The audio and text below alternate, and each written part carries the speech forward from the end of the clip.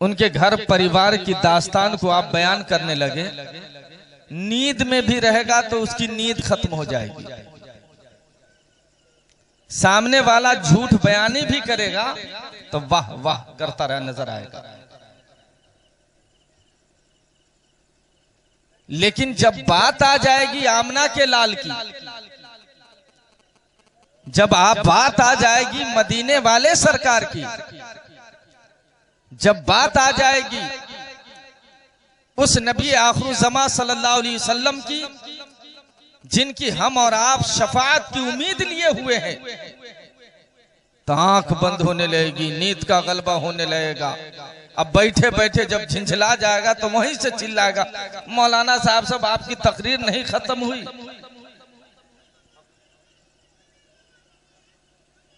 आप के खानदान का तस्करा चल रहा था, नींद आ रही थी, नींद गायब हो गई।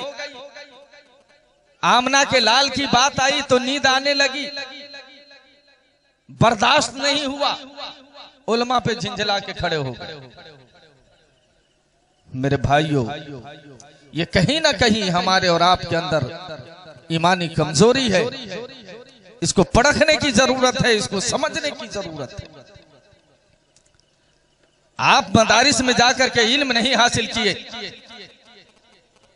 आपके पास इतना टाइम नहीं कि आप उलमा की सोहबत इख्तियार करके उनसे कुछ बातें सुन सके।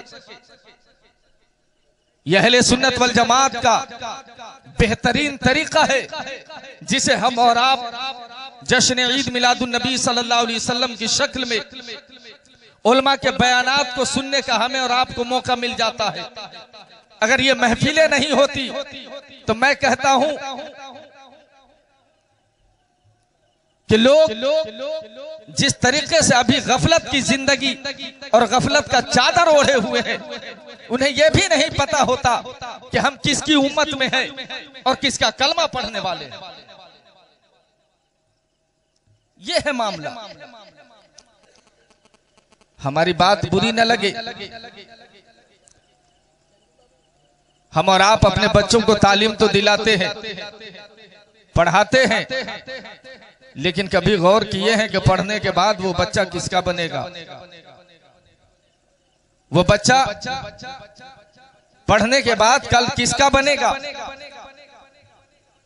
कभी आप और हम इस बात पर गौर किए हैं? आप इस्लाम की तालीम नहीं देंगे, नबी की सीरत की तालीम नहीं देंगे, अबू बकर सिद्दीक के हालात जिंदगी का मुताला करने का उन्हें दर्स नहीं देंगे, आप हजरत उमर फारूक के कारनामे उन बच्चों को नहीं सुनाएंगे, उन्हें पढ़ने का ढंग नहीं बताएंगे, तो आप अपने सीने पे हाथ रख करके सोचिए, क्या वो फारूक आजम का गुलाम बनेगा? क्या वो हजरत अबू बकर सिद्दीक का गुलाम बनेगा?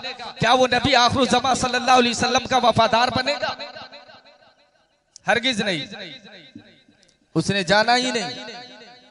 आज मैं अपने बच्चों से पूछ रहा था, मैं आपको बताऊं, मैंने कहा मेरे बच्चों ये बताओ, जब तुम मदरसे में आते हो पढ़ने तो कुछ न कुछ बातें तुझे बताई जाती है कि आका ने गरीबों के साथ कैसे हमदर्दी की, मरीजों के साथ कैसे आदत की, बेसहारों की कैसे मदद की, हजरत अबू बकर सिद्दीक की जिंदगी क्या थी, हजरत उमर फारूक की जिंदगी क्या थी, वाकयात की शक्ल में आपको बताया जाता है। क्या आप मदरसे से हट करके स्कूल में जाते हैं तो क्या आपको आपके टीचर ये बातें बताते हैं? तो बच्चों ने बैक जबान कहा, हजरत ये बातें सुनने को नहीं मिलती है, जो आप सुनाते हैं वहां तो किसी और की दास्तानें सुनने को मिलती है, यहाँ तो उसकी दास्तान सुनने को मिलती है जिसका मैं हूँ और जिसके सत्य दुनिया में आया हूँ और जिसके सत्य कल बख्शा जाऊंगा, आज उनका तस्करा सुनने को मिलता है। ये बच्चे बता रहे थे, तो चच्चे को तो और गवाही देनी चाहिए कि महफिले मिलाद ही की बरकत है कि हम आमना के लाल का तस्करा सुन लेते हैं, मदीने वाले सरकार का तस्करा सुन लेते हैं, मदीने वाले आगे आका की सीरत उलमा-ए-किराम हमें और आपको सुना देते हैं।